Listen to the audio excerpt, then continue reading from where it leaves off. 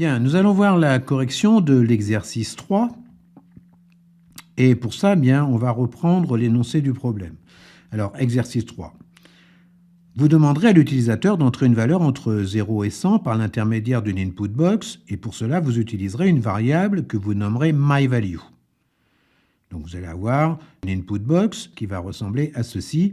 Donc, entrez une valeur entre 0 et 100, l'utilisateur entrera une valeur et cliquera sur OK. Puis, vous testerez avec des conditions si cette valeur est bien comprise entre 0 et 100, et si oui, vous afficherez une message box indiquant à quelle plage de valeurs 0, 10, 11, 25, 26, 50, 51, 75, 76, 100 appartient à la valeur entrée par l'utilisateur.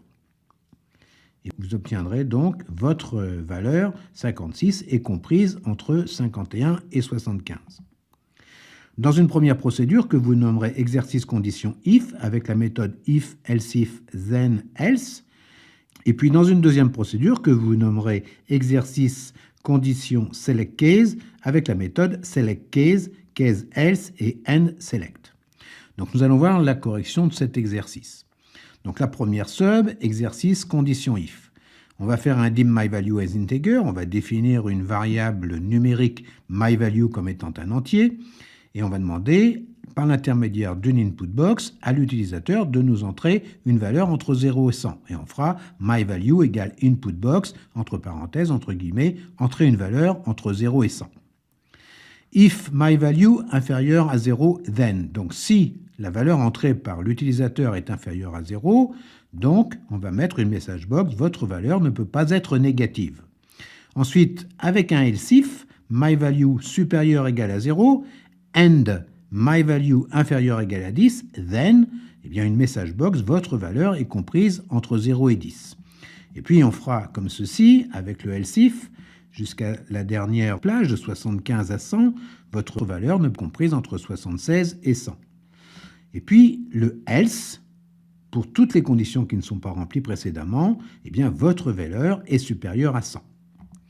Nous allons voir le même exercice donc avec la condition select case. On va faire la sub, donc exercice select case. Donc dim myValue as integer, comme tout à l'heure, myValue égale input box, entrer une valeur entre 0 et 100. Et puis on va sélectionner le cas myValue, on va observer la variable myValue entrée par l'utilisateur avec la commande select case myValue. Et on va écrire case is inférieur à 0 et non pas case égale inférieur à 0. Parce que si on met case égale inférieur à 0, eh bien ça peut être 0. Donc forcément une valeur qui n'est pas négative. Donc on verra que le is, il peut être utilisé pour tester des variables, et en particulier ici une variable numérique.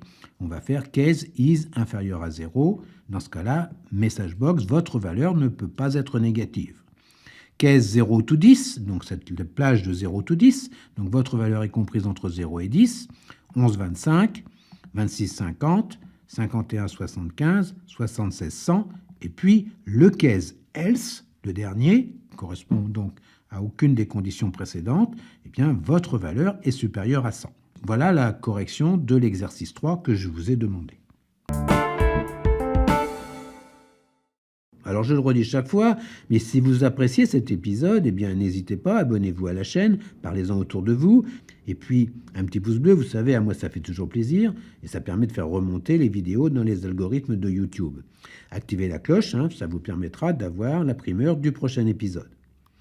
Et puis si vous jugez bon de soutenir la chaîne avec un don, pour les petites applications que je peux donc vous donner au travers de ces vidéos, eh bien vous trouverez dans la description le lien Tipeee XL One Click. En attendant, portez-vous bien, puis si vous êtes toujours Visual Basic, bien je vous dis peut-être ou sûrement à bientôt. Au revoir.